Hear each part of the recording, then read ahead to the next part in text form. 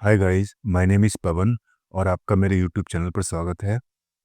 तो गाइस हम लोग लैंग ग्राफ की प्लेलिस्ट पढ़ रहे थे और लास्ट वीडियो में हमने देखा कि कैसे कंडीशनल वर्कफ्लो बनाते हैं with the help of LLM, right.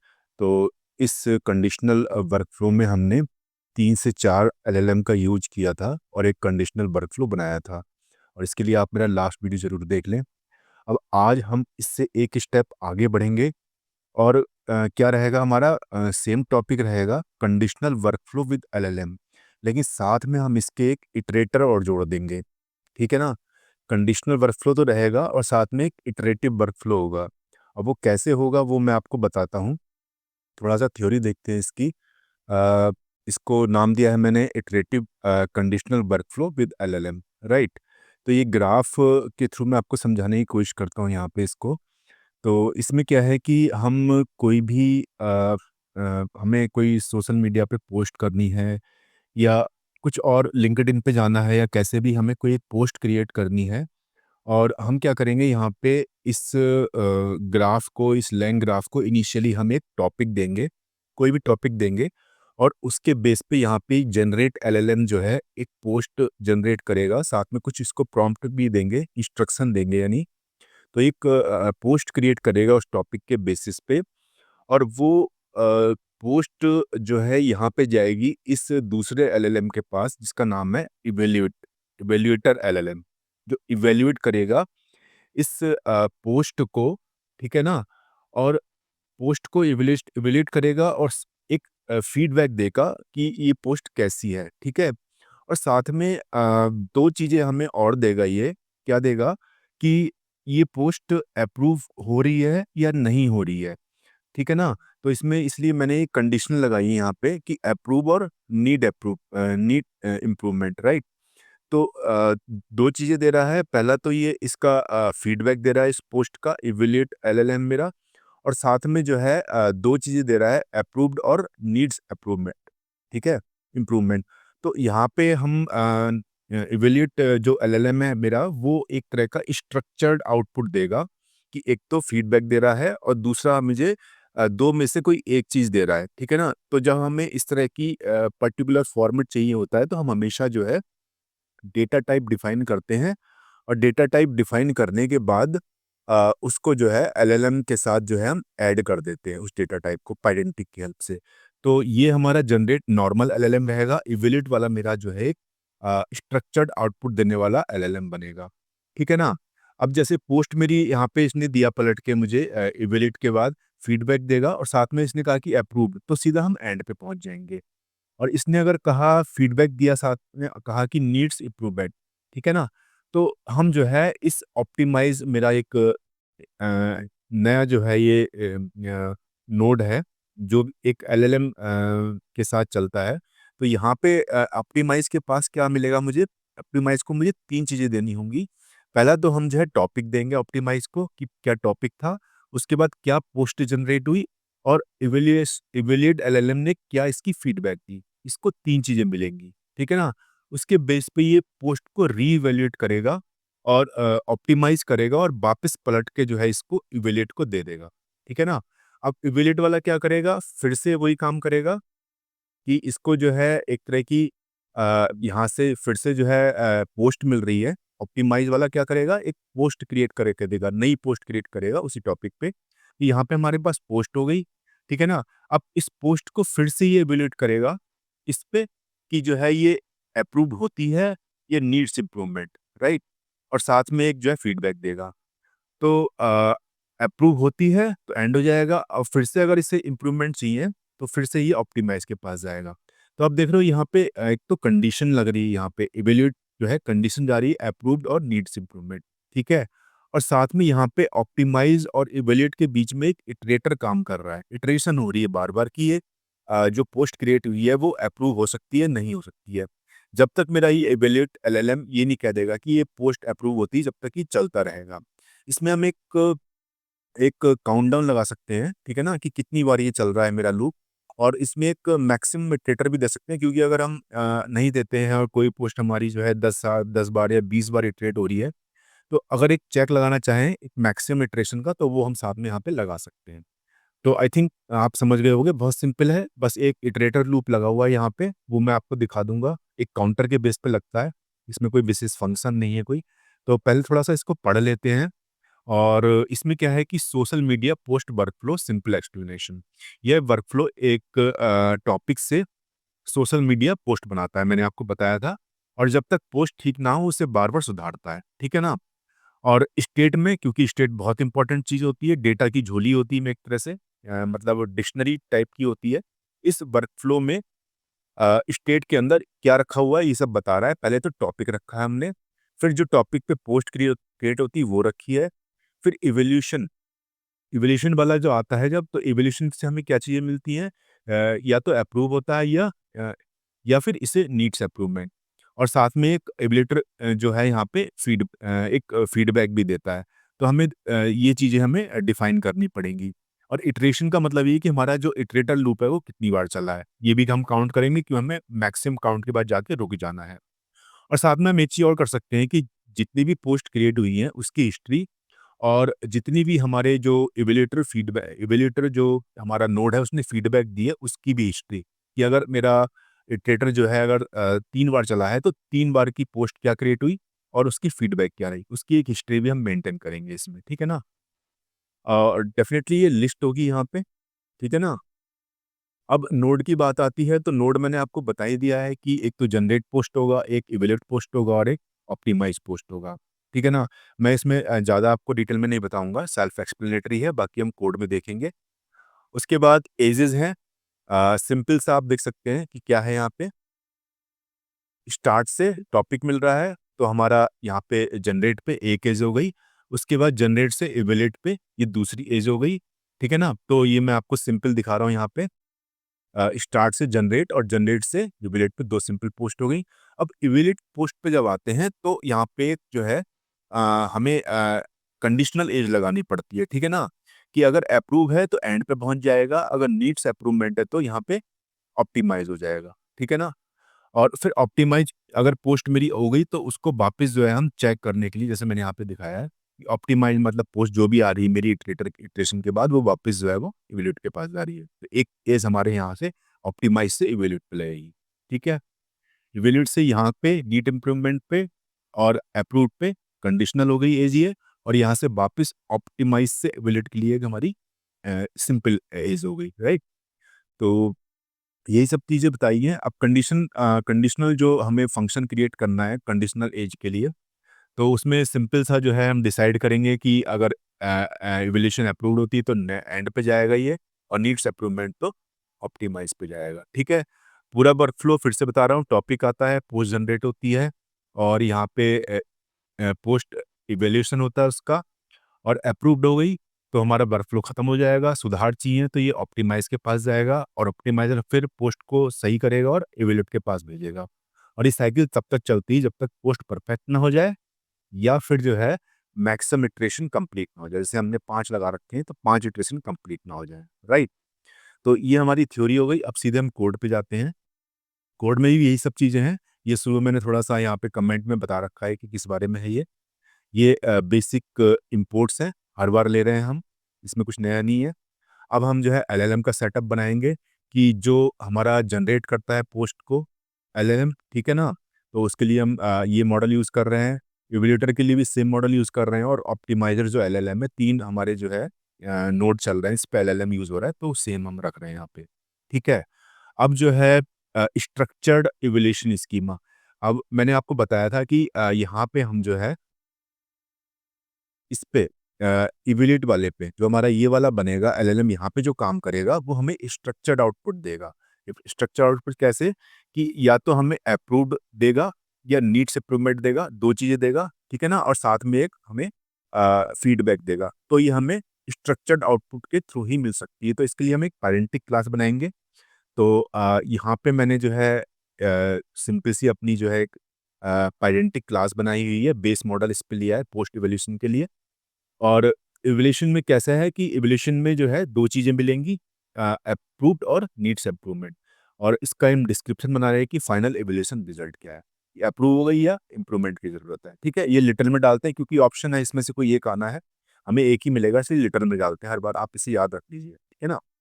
और यहाँ पे फीडबैक मिलेगी, वो स्ट्रिंग में होगी, और सिंपल जो है feedback about the social media post, right. तो ये हमारा स्ट्रक्चर्ड आउटपुट देगा, इसके लिए हमने पैरेंटिंग मॉडल यहाँ पे डिफाइन कर दिया। अब इस पैरेंटिंग मॉडल को हम क्या करेंगे, यहाँ पे अपने जो है इस इवैल्यूएटर एलएलएम के साथ हम इसको मैश करा देंगे। तो वही अपना रहेगा evaluator LLM with structured output, और साथ में हमने ये अपना ऊपर जो पैरेंटिक मॉडल में चीज़ें डिफाइन की थी वो इस पे डाल दी। अब पलट के जो हमें मिलेगा ये स्ट्रक्चर्ड इवैल्यूएटर एलएलएम मिल जाएगा, ठीक है ना। अब इस एलएलएम पे जब भी हम कोई चीज़ भेजेंगे तो ये हमें क्या देगा, एक तो हमें जो है इवैल्यूएशन के बाद ये देगा कि या तो पोस्ट अप्रूव हो गई या इम्प्रूवमेंट की ज़रूरत है, और साथ में एक फीडबैक देगा, राइट। तो हमने इसे बाँध दिया एक तरह से, ठीक है ना।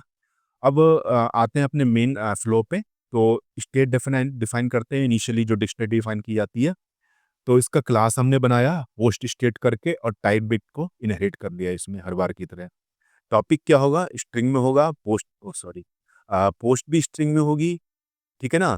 इवोल्यूशन, क्या हो रहा है ये, इवोल्यूशन जब होगा तो इसमें हमें दो चीज़ें मिलती हैं। या तो हमें अप्रूव मिलेगा, ये लिटरल होगा, इसमें अप्रूव होगा या फिर नीड्स अप्रूवमेंट होगा, और साथ में जो है हमें फीडबैक मिलेगी, ठीक है ना, इवोल्यूशन से। वो स्ट्रिंग में होगी, और इटरेशन काउंट हम चला रहे हैं कि वो इंटीजर में होगा, और मैक्सिमम कितनी है वो हम बता रहे हैं, वो भी इंटीजर में होगा, है ना।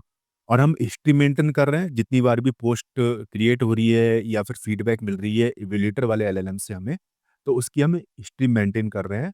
और हिस्ट्री में जो है नॉर्मली लिस्ट रहेगा डेटा टाइप, और इसके अंदर स्ट्रिंग जाएगी, और इसको जो है हम एक तरह से इस लिस्ट को हम हर बार जो है पुरानी जो हमारे पास पोस्ट है या पुराना जो फीडबैक है उसके साथ इसको जोड़ दे रहे हैं नई चीज़ को, तो ऑपरेटर यूज़ करके ऐड कर देंगे हम।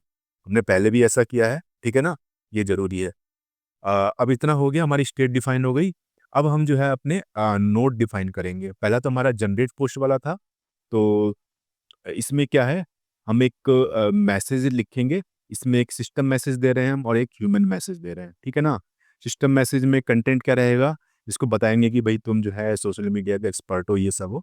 उसके अलावा जो है जब ह्यूमन अपना जो है हम यूज़र अपना जो है हमारा जो इनपुट दे रहा है प्रॉम्प्ट में, वो ये दे रहा है कि right A short funny and engaging social media post about, इसको एक टॉपिक मिलेगा यहाँ पे। कहाँ से मिलेगा, जो हमने स्टेट में यहाँ पे हमने ये टॉपिक डिफाइन किया हुआ था, दिख रहा है आपको ये वाला, राइट।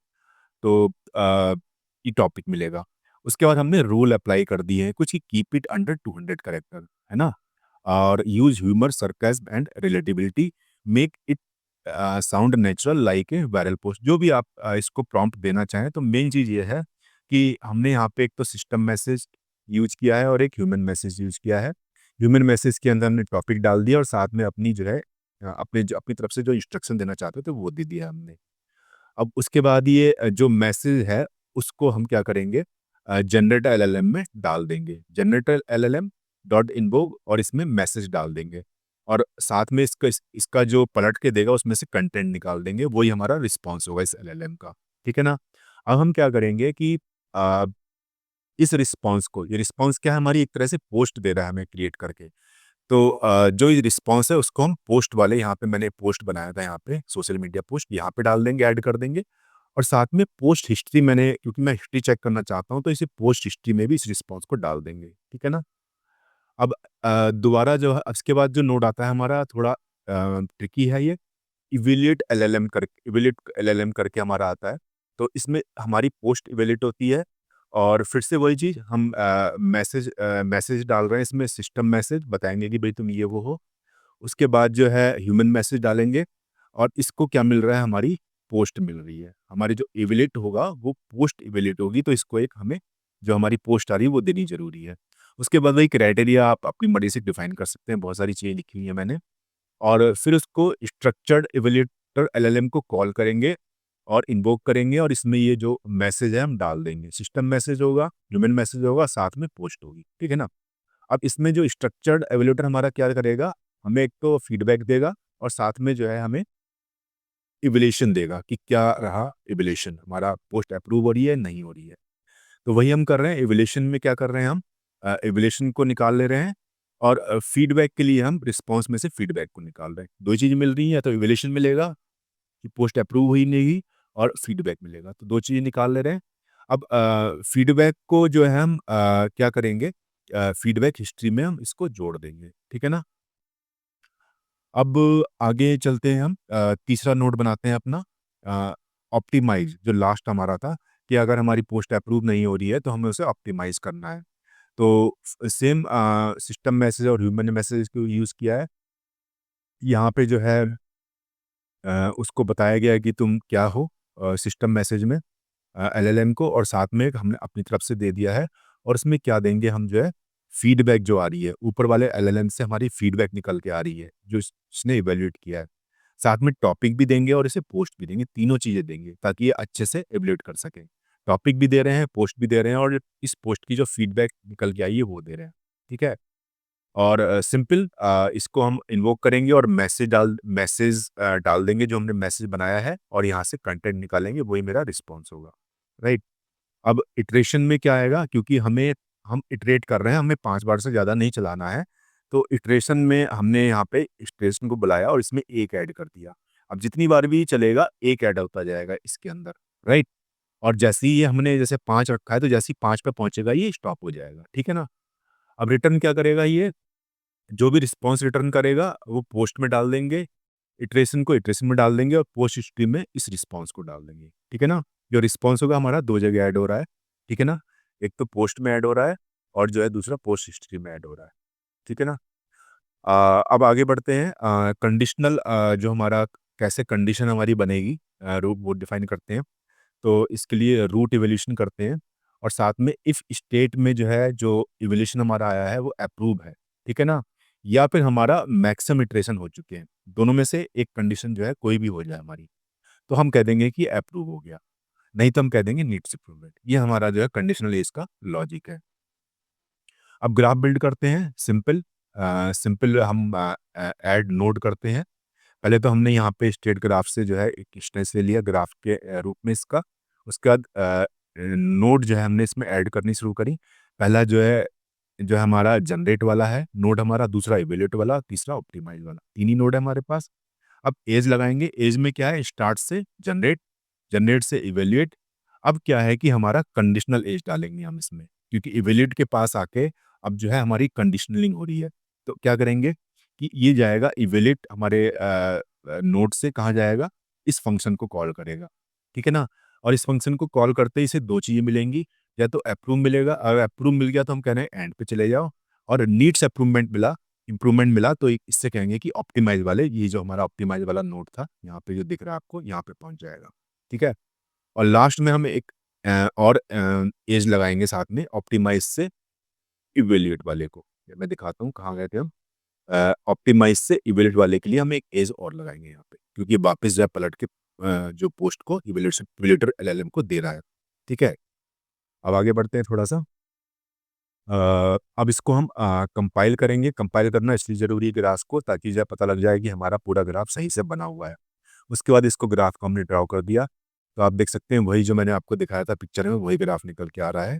जो हमारी पोस्ट है, वो टॉपिक है, उससे जनरेट हो रही है यहाँ पे पोस्ट, पोस्ट इवैल्यूएट हो रही है, पलट के 2 चीज़ें दे रही है, एक तो फीडबैक दे रही है, और साथ में जो है एक अप्रूव या नॉट अप्रूव का हमें ऑप्शन दे रही है। अप्रूव है तो यहाँ चली जाएगी, नहीं अप्रूव है तो यहाँ पे ऑप्टिमाइज़र के पास जाएगी, जो फिर से इसको नई पोस्ट क्रिएट करेगा और इवैल्यूएटर को देगा, ठीक है? पूरा हमने रन किया। अब इसको एक मैंने यहाँ पे दिखा इसको टॉपिक दिया था इनिशियल स्टेट में कि इंडियन पॉलिटिक्स के ऊपर हमें एक टॉपिक जनरेट करना है, और इटरेशन जो है 1 से लेकर और मैक्सिमम 5 तक जानी है, ठीक है? अब इसको हम रन करेंगे, और रिज़ल्ट में हमने इसको सेव कर लिया। अब रिज़ल्ट में से हम कई सारी चीज़ें निकाल सकते हैं। पहले तो हमने पोस्ट निकाली, इवैल्यूएशन निकाला, फीडबैक निकाला, और इटरेशन 4 चीज़ें निकाली, ठीक है ना? अब इसमें देखिए आप ये प्रिंट कर रहा है यहाँ पे पोस्ट, जो भी पोस्ट हमारी क्रिएट हुई है, ये हमारी पोस्ट है। कि जो टॉपिक पे पोस्ट आई थी, हम टॉपिक भी प्रिंट करा सकते हैं, लेकिन अभी हमने पोस्ट प्रिंट कराया। उसके बाद जो है इवैल्यूएशन में गया। इवैल्यूएशन क्या था ये इसका, कि अप्रूव हो चुकी है। फीडबैक क्या था, फीडबैक इतने लंबी चौड़ी फीडबैक दी है, और इटरेशन कितने हुए, सिर्फ एक पहले इटरेशन में ही पास हो गया, ठीक है ना? अब पोस्ट हिस्ट्री में देखोगे तो ज़्यादा कुछ नहीं दिखेगा। हमने इसमें खाली जो है पोस्ट हिस्ट्री में जो हमारी ये पोस्ट है वो हमने प्रिंट कराई है और एक ही इटरेशन चलाया है। अगर हमारे 2-3 इटरेशन होते तो यहाँ पे हमारी इटरेशन 1, 2, 3 करके कई सारी पोस्ट होती। ऐसे ही जो है हमारा फीडबैक हिस्ट्री में भी जो है एक ही इटरेशन चला है, क्योंकि एक ही लूप चला है, तो यहाँ पे हमारी वो फीडबैक जो है हमारी यहाँ पे स्टोर हो गई। तो इस तरह से ये पूरा ग्राफ कंस्ट्रक्ट हुआ है। आई होप कि थोड़ा-सा कॉम्प्लिकेटेड हुआ है, क्योंकि इसमें कंडीशन भी लगाई है और साथ में राउटिंग भी लगाई है। मे बी ये कुछ बेसिक कंडीशन है, बेसिक चीज़ें हैं। अगर आप इन बेसिक चीज़ों को अच्छे से समझ लोगे, तो आप आगे किसी भी तरह के कॉम्प्लेक्स वर्कफ्लो को ईज़िली बना सकते हो, ठीक है? तो आई थिंक जितने भी टाइप के वर्कफ्लो हो सकते थे, वो मैंने आपको बता दिए हैं। अब बस इनका आगे-आगे एप्लीकेशन देखना है और फिलहाल वर्कफ्लो खत्म हो चुके हैं और नेक्स्ट हम जो है एक चैटबॉट पे जाएँगे और चैटबॉट क्रिएट करेंगे लैंड ग्राफ की हेल्प से। पहले बेसिक चैटबॉट बनाएँगे, फिर उसमें हम धीरे-धीरे इम्प्रूव करेंगे। तो आज के लिए इतना ही। आई होप कि ये वीडियो आपको पसंद आया होगा और अगर आपको कुछ चीज़ नहीं समझ आ रही तो प्लीज़ कमेंट ज़रूर करिए और चैनल को सब्सक्राइब कर लीजिए एंड थैंक्स।